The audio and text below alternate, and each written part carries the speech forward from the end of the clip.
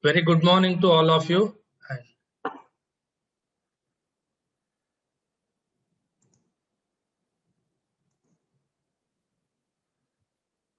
You can share this.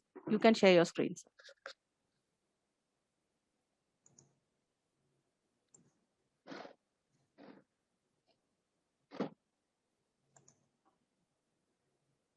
Yeah, very good morning to all of you. At the outset, I congratulate the College of Physiotherapy of KLE University for organizing this physiotherapy e-conference 2021. It's a great privilege for me to deliver a session on the diabetic peripheral neuropathic pain. What are the important assessment and the management from the rehabilitation perspectives? The outline of my presentations will be understanding the complications associated with the type 2 diabetes mellitus, screening for the neuropathic pain, and rehabilitation strategies in the management of the pain. The diabetic foot syndrome, normally we call as diabetic foot syndrome because it's a clinical triad of or the clinical manifestations of the various complications associated with the diabetes.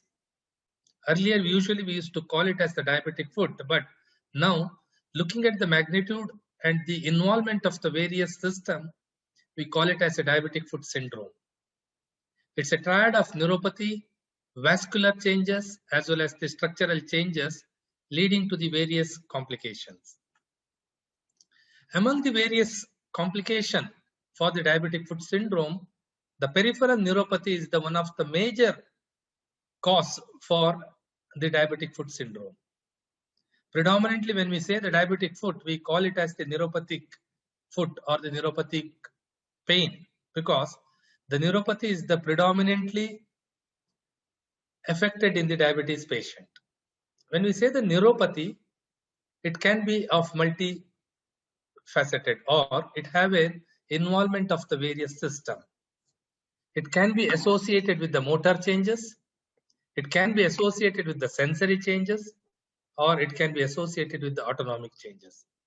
When we assess the patient looking at the clinical manifestation of the foot, we can able to say whether there is an involvement of the motor, sensory, or the autonomic. In some severe cases, you are getting all the three findings. The patient may be having the motor changes, patient is affected with the sensory and the autonomic changes. Why this neuropathy is important? If the neuropathy is not screened in the early stage or after the onset of the diabetes, it can lead to various other complications. One of the most common complications associated with the peripheral neuropathy is the pain, altered quality of life, and then subsequently, because of the sensory and the motor dysfunction, patient lands up with the diabetic foot ulcer. According to the research... Sir, sorry to interrupt. Could you display your screen? I mean, the slideshow? Slideshow, it's not happening right now? Yeah. Thank you, sir. Okay.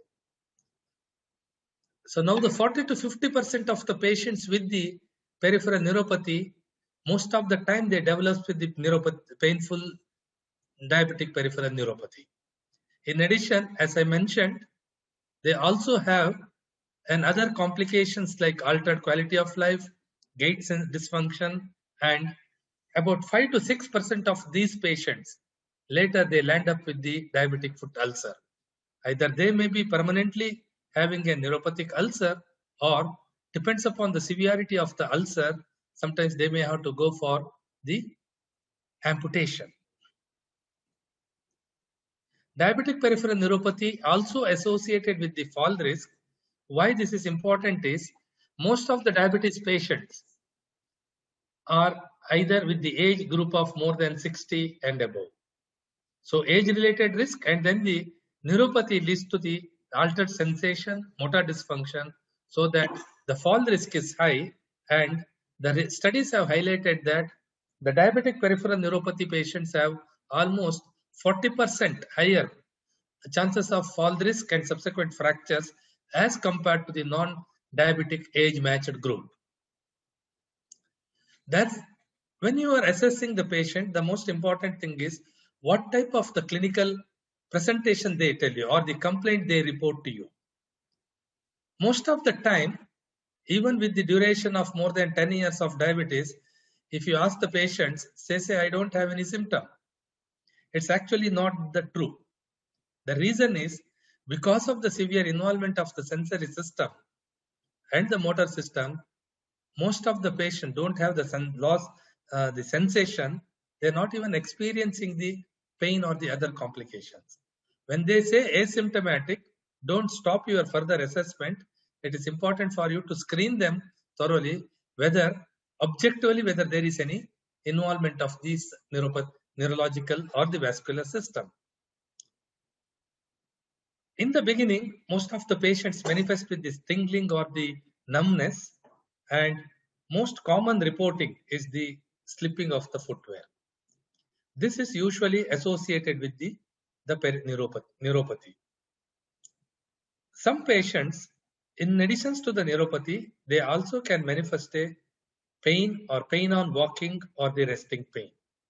This is all usually the classical findings of vascular related. So as I mentioned in the beginning, the diabetic foot syndrome can have a vascular or the neuropathic or the structural involvement. So the pain on walking or the claudication is another classical finding in the diabetic neuropathy patient, because they have the changes in the architecture of the blood vessels or the calcification of the blood vessels that leads to the reduced blood supplies to the muscle and the nerve, either at the rest or during the ambulation. Therefore, this presentation is usually we call it as ischemia. I'm seeing some people are raising the hand or delegates. Maybe at the end we can, in case if they have the query, we can clarify after the presentation. Is that okay, Dr. Renu? Yeah, all the queries, please be, we request the delegates to put them in the question answer chat box so that we, sir can answer it at the end of the session. Okay, thank you. The next presentation is related to the structural. In the diabetes patient or the diabetic foot assessment, this is the most ignored part of the assessment. Most of the time, earlier research were highlighted that the diabetic neuropathy or the diabetic foot is only a neurological change. It is not so. When you say the diabetic foot, it can be a neuropathic, ischemic, or even the structural change. The structural manifestation can also start even in the early onset of the diabetes. And as a physiotherapist, we are studying the biomechanics and the function, the musculoskeletal systems in detail. It is important for us to assess the diabetic foot for all the three complications. So the assessment should focus on the neuropathic assessment, vascular assessment, musculoskeletal assessment, biomechanical assessment, and then the footwear assessment. So if you look at in most of the clinical practice, when the diabetes patient comes to physicians or other clinical specialists, unless they report to us stating that I have some pain or wound in the foot, we are not examining the foot. When they report the problems or the complications, then only we focus on that. This is the one common reason for an higher incidence of amputations in India. Therefore, an early screening is very, very important in diabetes population.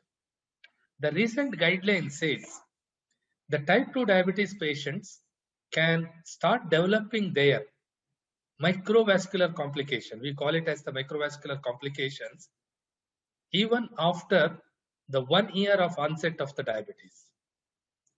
Earlier, it was hypothesized that or assumed that a type 2 diabetes with the duration of 6 years and above was only can lead to some microvascular complications.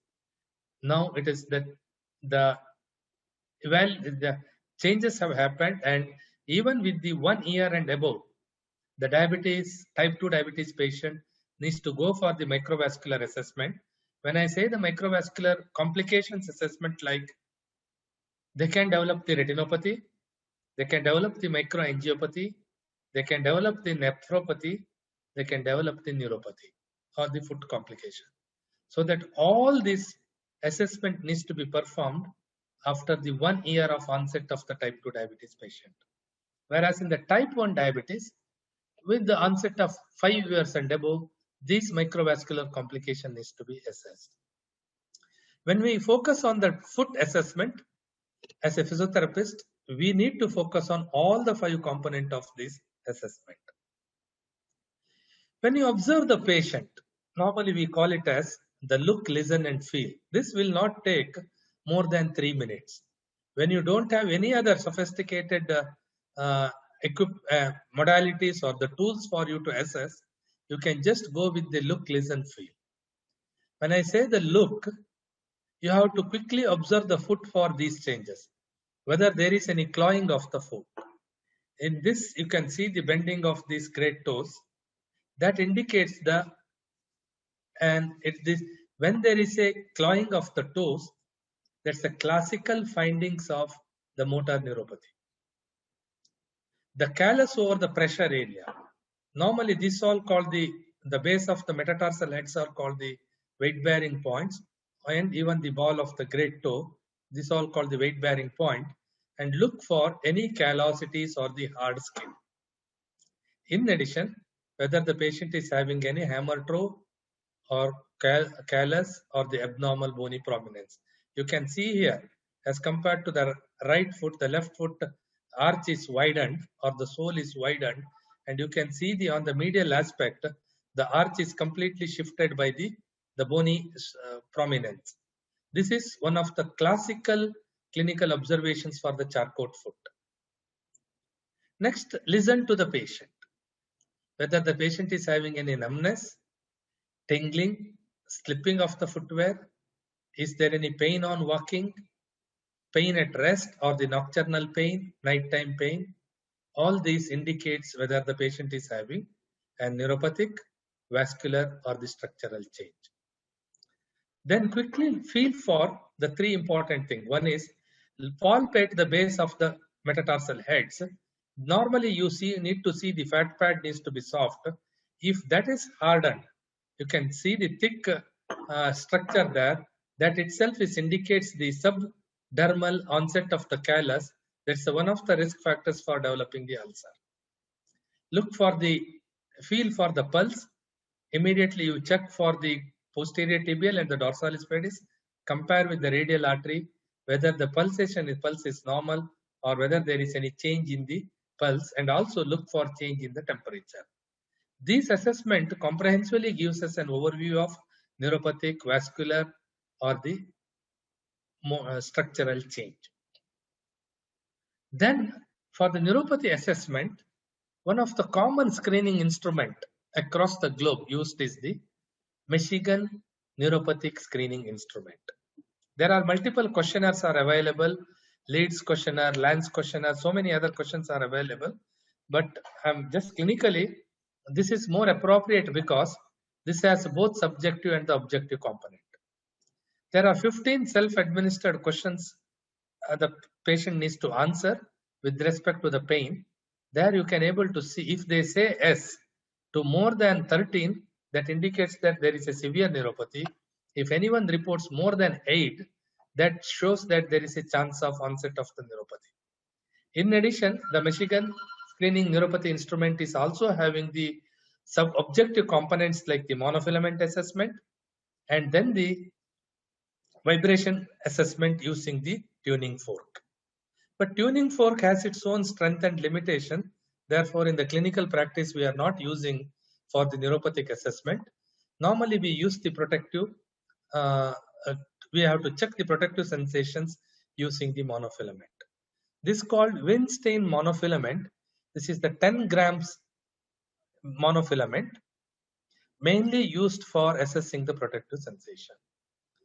In diabetes neuropathic patients, the large myelinated fibers are affected and also small nerve fibers, but however, the large myelinated fibers are affected more than the small nerve fibers. So this large myelinated fibers usually carries the protective sensations as well as the vibratory sensation. So you can apply the monofilament with the clear instructions to the patient. There are set procedures are there. What we need to do is the patient needs to be in a supine or the semi-reclined position. First, you demonstrate the nail on the hand, dorsal aspect of the hand. The patient needs to experience the sensation. Then you ask the patients to close the eyes. The same sensation they need to appreciate when you touch the monofilament to the various part of the plantar aspect of the foot. Normally we take 5 points in each foot. When the patient applies these type of, when you apply the pressure, normally you are applying a 10 gram of pressures to the foot, and before the nail bends to the C shape, the patient needs to appreciate the sensation. If the patient is not able to appreciate the sensation, even after the nail bent to C shape, then you can say there is a loss of protective sensation. So this is the one classical and the early changes we can observe in the neuropathic patient. The second important thing is called the vibratory sensation. It can be checked with the biosthesiometer or with the tuning fork. As I said, tuning fork has its own strength and limitation. You can't able to quantify anything. Therefore, in the clinical practice, we use the vibration perception threshold. The procedure for this instrument is also same. What we need to do is the pulp of the biosthesiometer or the vibration perception threshold instrument needs to be kept on those 5 points of the plantar aspect of the foot. Then you gradually increase the volt. Normally, less than 15 volt is considered to be normal. If anything more than 20 volt clinically is considered to be abnormal. So if the patient there is an increase in the vibratory sensation, that is also another risk factors for the complications associated with the neuropathy. These two tests are routinely performed in the clinical practice for the neuropathic assessment. We have other assessment tool, but it is very like nerve conduction studies. All those things can be performed, but in the clinical day-to-day clinical practice, it may not be practically possible to do that. However, most of the research have established that if you perform the vibratory sensation and the protective sensation, if the patient is lost both of this, then they are high risk for developing the ulcer or other complications. So according to the value, we stratify that mild, moderate, and the severe neuropathy. Mild will be 20 to 24.9, moderate is 25 to 38.9, severe is more than 39 volt. The next assessment, normally we call it as the vascular assessment. Most important thing is you look for the color of the skin. Then also another common assessment can be performed is called the ankle brachial index. All of us are familiar with the ankle brachial index. That is the ratio of the systolic blood pressure of your ankle and then the brachial thing. Anything more than 0.9 to 1.1 or 1.2 is considered to be normal. Anything more than 1.2 is considered as the macrovascular complication. Anything less than 0.9 is considered as the microvascular complications. In the clinical practice, now this is the new technology we use, because the ankle brachial index has its own strength and limitation, because most of the time in the diabetes, the peripheral vessels are calcified, so that you get an abnormal ankle brachial index. And most commonly, the microcirculation is the most common changes in the diabetic foot. Therefore, the toe brachial index is performed. It is once again the ratio of the systolic pressure of the ankle. This point I have already mentioned. This is the procedure for the toe brachial index. It is a ratio of the systolic pressure of the toe to the systolic pressure of the brachial region. Anything more than 0.7 is considered to be normal. In clinically, normally less than 0.6 is important. What you are doing is using the Doppler and then measure the toe pressure as well as the brachial pressure. So this is more reliable test for diagnosing the microvascular changes in diabetic foot as compared to the ankle brachial index. Then the evaluation of the plantar cushion, I have already highlighted this point. Then coming to the musculoskeletal and the biomechanical assessment. The musculoskeletal assessment should start with the static and the dynamic plantar pressure measurement, because the plantar pressure is one of the important changes we observe in the diabetic foot. If you look at the healthy individual, when we stand, we about 49% of the load we give on the high heel region, 5% in the arch, and then remaining in the forefoot. But in the diabetes patient, because of the neuropathy, they have a tendency to give more load on the forefoot as compared to the hind foot. So this is what, when we do the plantar pressure measurement, the color coding indicates the type of the pressure. The red color indicates the high pressure area. In diabetes foot, if you see, the forefoot is having the higher pressure area as compared to the normal foot. Next is, as I mentioned in the beginning, the fall risk is also another important challenge in the diabetic foot or the neuropathy. Therefore, assessing the neuropathy is the gait analysis is important. There are various modalities are available. If you look at the 3-step gait analysis, the patient needs to walk on the 1 meter of foot scanner, the 3-step measurements we take, and then we measure, in addition to the plantar pressure changes during the ambulation, we also take all other gait parameters, stride length, step length, stance of double stance, all these parameters we are taking, that helps us to detect the fall risk of the patient also. Because in the neuropathic, the balance effect is also affected severely. So that assessment is also very, very important in neuropathic pain. This is the biomechanical assessment of the foot. And then once we measure this is called the usual area of the interest for the appropriate footwear modifications or the corrections. So according to the plantar pressure distributions, we divide them into the rear foot, midfoot, forefoot, medial and lateral, rear and the midfoot, medial, central and the lateral rear foot, and the 5 metatarsals. And the hallux, according to the each regions we closely observe, and then we go for a customized insole. One of the point I would like to highlight here also, we need to go for the footwear assessment of the patient quickly, whether the patient is walking barefoot or what type of footwear they are using. Most of the time, the patients are not using the leather footwear that are ill-fitting footwear. That itself is one of the common reasons for developing the injuries. This is the stratification. When you screen them, stratify them as no neuropathy, mild neuropathy, moderate, and the severe. Accordingly, we call them for the further follow-up or the further re-evaluation. Once in a year, once in 6 months, 3 months, and once in 1 to 3 months. After your assessment, the rehabilitation strategy is important. In all patients, irrespective of the neuropathy is there or not, I say simple educations and the foot care needs to be given to the patient.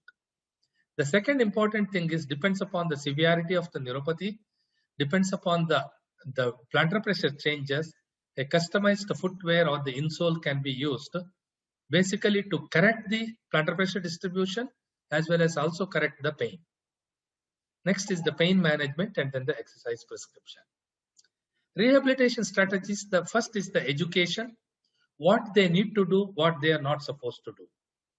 Like walking barefoot is not advisable, tight footwear wearing is not advisable, using chemical agents or the home remedy is not available.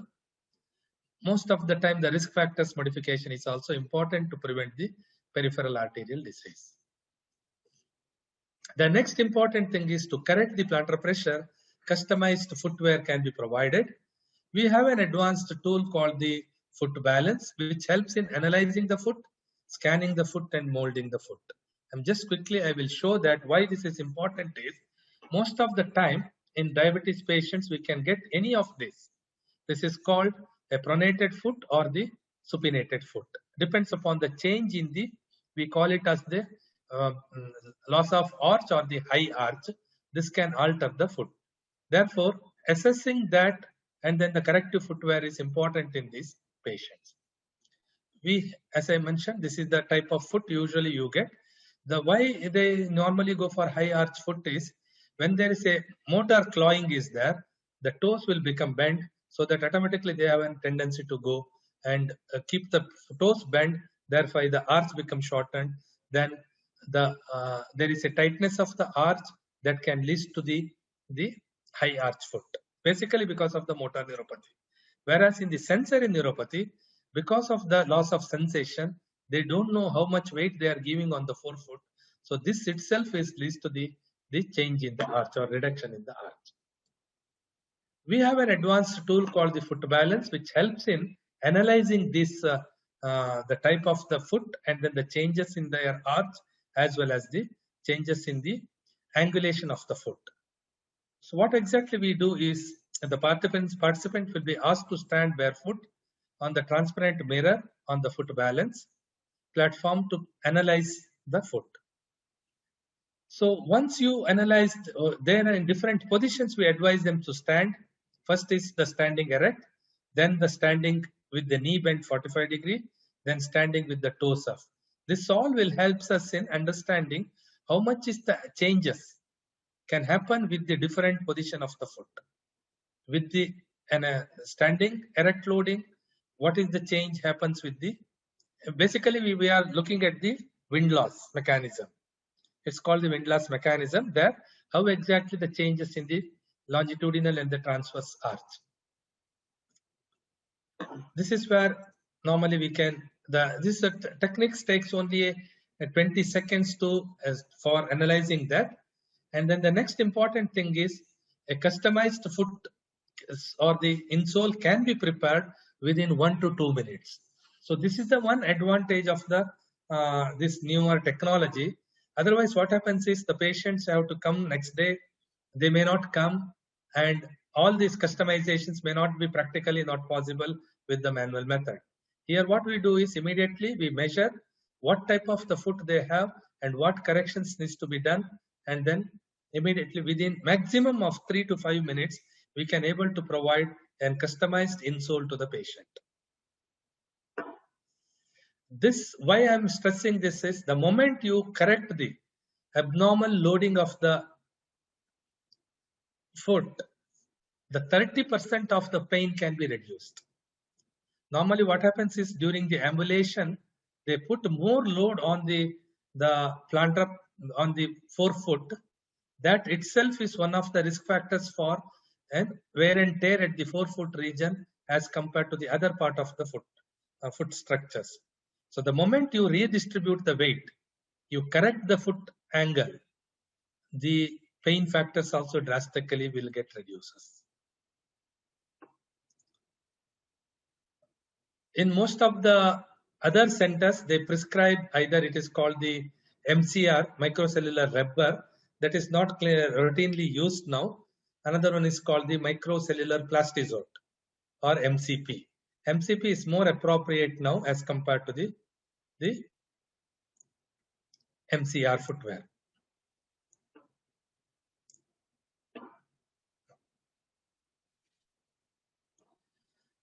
The next important management type is the management of the pain. Another important we have various modality for managing the pain. One common important and the well-established modality in our center, what we are using is the low-level laser therapy. The low-level laser therapy with our research, clinically, biochemically, and with the quality of various parameters, what we observed is it helps in improving the microcirculation. And as I mentioned in the beginning, the diabetic neuropathy, most common problem is the microcirculation. So the moment you can able to improve the microcirculation, the symptoms are drastically reduced. We don't know how much changes in the neural myelinations can be improved. That is still challenging. It is not able to establish because earlier studies have highlighted that once the neuropathy develops, it's an irreversible. But the recent 1 or 2 studies in the UK, it's an ongoing trial. What we are observing is that they are challenging that question. And even when the moment you improve the microcirculation, there is some amount of improvement in the neural function. What we have observed is we got a reduction in the vibration perception threshold. The patient's pain factors have drastically come down. Burning sensations have drastically come down. This is all the another innovative technology we developed in our system, because the scanning laser, the patient needs to lie down in 3 different positions, supine, prone, and then the side lying. Obese patients may not be possible. Therefore, we have developed one more technique, new device called the managing the neuropathic pain. It is called the laser shoe. Whereas here, the patient can able to sit and then take. And this is called the laser shoe box, where the patient can completely insert. What we are showing here is only for the plantar aspect, but the picture what I'm showing here is, it has both the plantar and the dorsal aspect. At the same time, you can able to irradiate the foot, both from the dorsal and the plantar aspect. Maybe we are expecting by another 6 months, this will be available in the market. This is also another product we have already got the patent. This all the few publications related to that. The next important modality can be used in the clinical practice is the matrix rhythm therapy for the neuropathic pain. And this study is also ongoing study. I'm not showing to giving any database. And the application of the matrix also have a different approach. I'm not going to discuss in the presentations. All of you know that it basically helps as an rhythmic and mechanical and the magnetic action. Basically, it trying to normalize the rhythm. The rhythm is important for the respiratory chain mechanisms or the cellular mechanisms. The next important thing modality can be used is neuropathic pain is the flow aid. Why I'm stressing all these points is, if you thoroughly assess them, treat them properly with the proper duration, these patients, what happens is, the moment they develop the neuropathic pain, they will be put on various neuropathic pain drugs. Examples like pregabalin or the antidepressant drugs, this are all commonly prescribed. The drug has its own strength and then the side effect. Especially in the neuropathic pain, what we observed is, the patients develop severe fatigue as well as the drowsy. So when they take these medications, they become drowsy. That itself will affect their day-to-day functions or the quality of life. And we have compared a reasonably good number of patients with these modalities, and we have completely withdrawn them from the neuropathic pain management. However, they need to continue the oral glycemic agent or the insulin as prescribed by the physician. I'm talking only about the neuropathic drugs. Neuropathic pain drugs can be weaned off if you go for a very systematic and then the approach when a scientific approach. And majority of the patients, those who have been treated in the last 5 to 6 years, have got an excellent result. We were able to prevent the further increase in the pain or increase in the severity of the neuropathy or the risk of developing the ulcers and all. And also these patients are weaned off gradually from the neuropathic pain medications. So this is what another modality called the flow aid.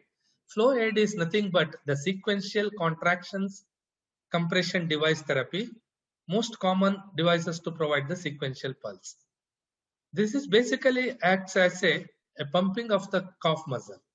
One advantage of this is the sequential contractions of the calf muscle will help in contractions and relaxations of the deep-seated blood vessels. Where normally calf muscles, we call it as the peripheral heart.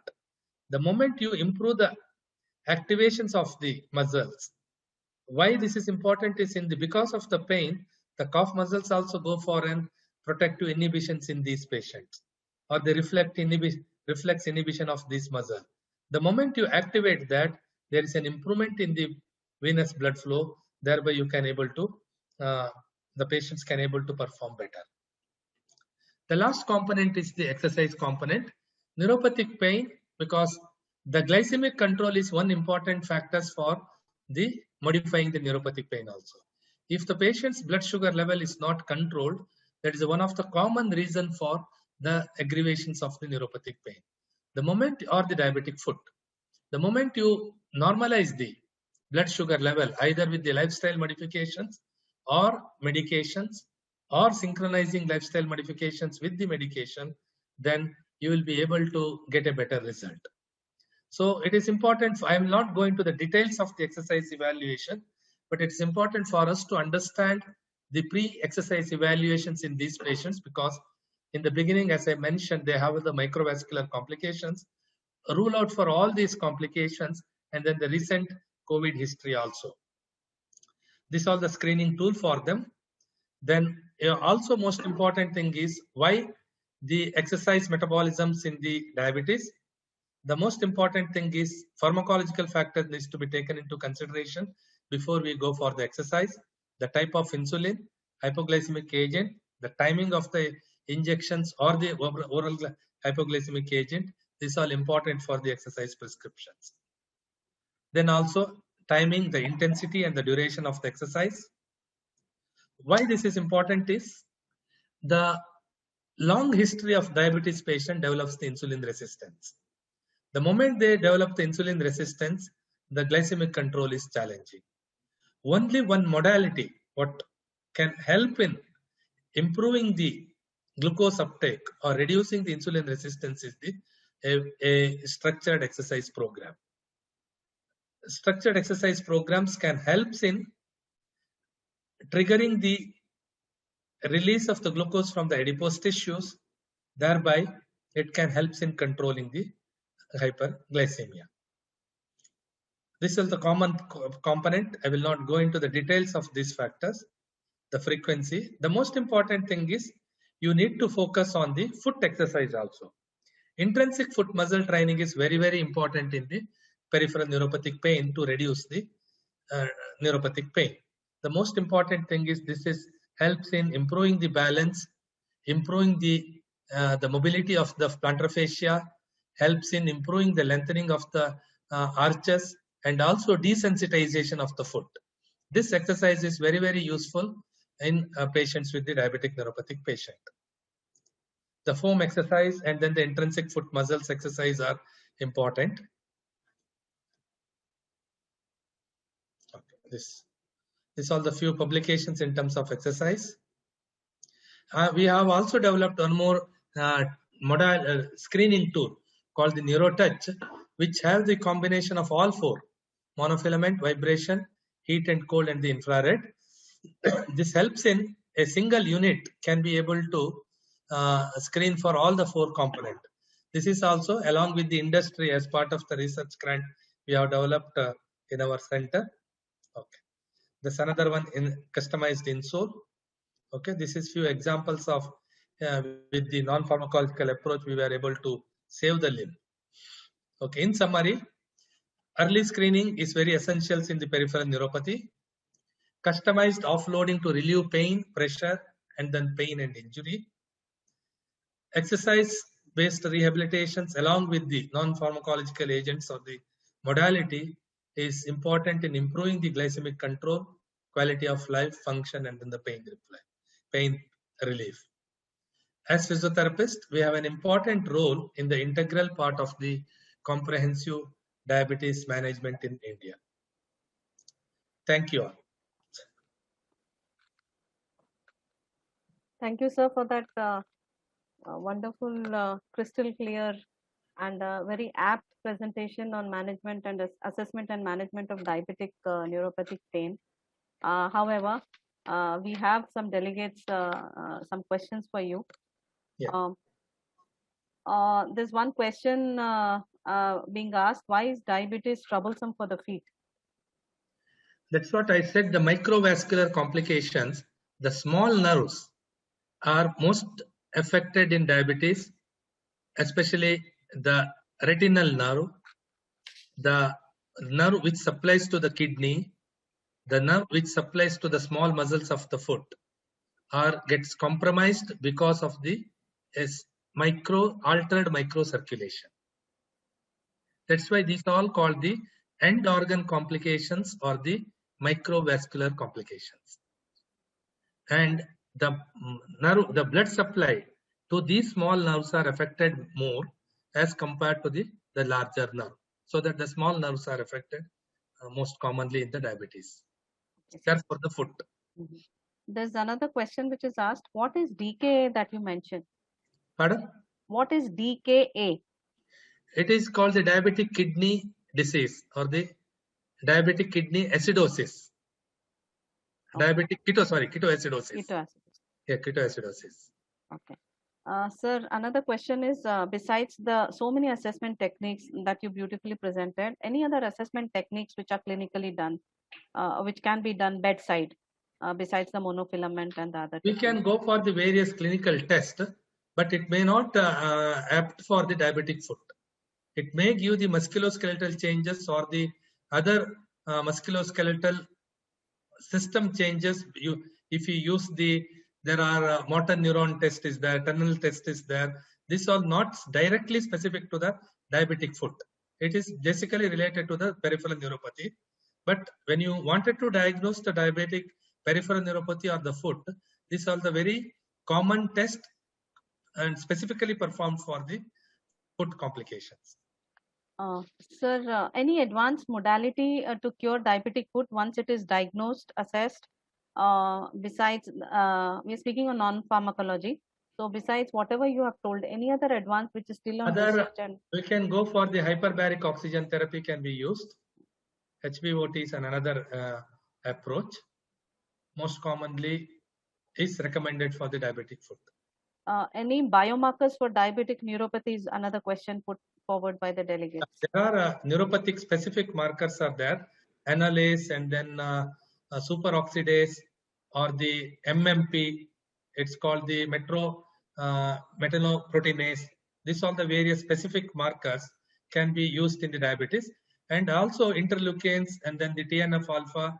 These markers are the C-reactive proteins. These markers can also be tested, but these are the two specific markers called the neuropathic specific markers. Okay. Yes. Sir, I had one question from my side. You did mention, and it is understandable, that motor, sensory, and autonomic dysfunction can occur together in a diabetes patient, and all three also may be severe, even if the patient has come to you for the first time or if the diabetes has been diagnosed for the first time. How do you go about treating this patient? Is it the treatment goes parallelly, or you treat the motor or sensory first or the autonomic first? How do you go about it? Autonomic as such, there is no specific treatment for that. So normally what happens is sensory, they have a loss of protective sensation. Or sometimes the patients tell you that I have a tingling sensation.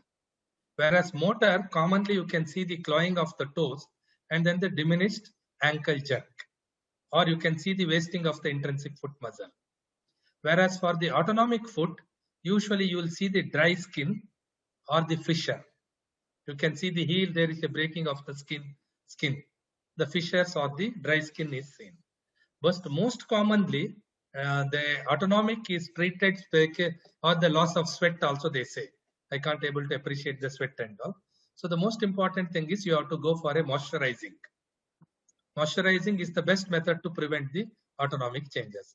Whereas the sensory and the motor can be treated together. Sensory, our focus should be mainly on improving the pain or reducing the pain or improving in terms of pain management. Whereas the motor, you should specifically go for correcting the plantar pressure distribution in terms of correcting the insole or the specific intrinsic foot muscles exercise and then the other component. These two can go parallelly. Okay, sir. And the last question is, how early can you begin the screening, screening for diabetes, type 2 diabetes mellitus, so that they don't, the younger population is now coming under the umbrella of type 2 diabetes. So how early do you think? This is actually a good question. Now, if you look at the recent guidelines, any individual with more than 30 years has to be screened for the diabetes once in a year. Because onset of diabetes, earlier it is usually called as age disease or the adult onset disease. After 45 or after 50, people used to say they can develop the diabetes. But now, because of the work stress, because of the altered lifestyle, means the sedentary behavior, and then the most importantly, change in the food habit and the stress level of work, normally the onset of these lifestyle disease, either it may be hypertension, diabetes, can even start in the early age. But 30 years is usually now recommended, 30 and above should be you have to go for once in a year screening for the diabetes or the pre-diabetes or the pre-hypertension or the hypertension. But you get sometimes you get an young age with 24 years. We had seen one patient came with a severe myocardial infarction with the triple vessel disease with an uncontrolled diabetes. That was mainly because of the lifestyle. It is not related to the genetic or the hereditary component, mainly because of the lifestyle of that particular individual. Ideal recommendation is 30 years and above now. Once in a year, we have to screen. Okay, sir. Thank you for answering our queries. Thank you for accepting our invitation and giving such a wonderful talk on the very apt subject on diabetic neuropathic pain. I thank all the delegates for attending and asking the queries, which I think sir has very clearly answered them. Thank you, sir, once again from KL Institute of Physiotherapy. Have a good day, delegates, and have a good day, sir. Thank you so much. Thank you, Dr. Renu, and thanks for the opportunity. I wish all the best to all the participants. Thank you.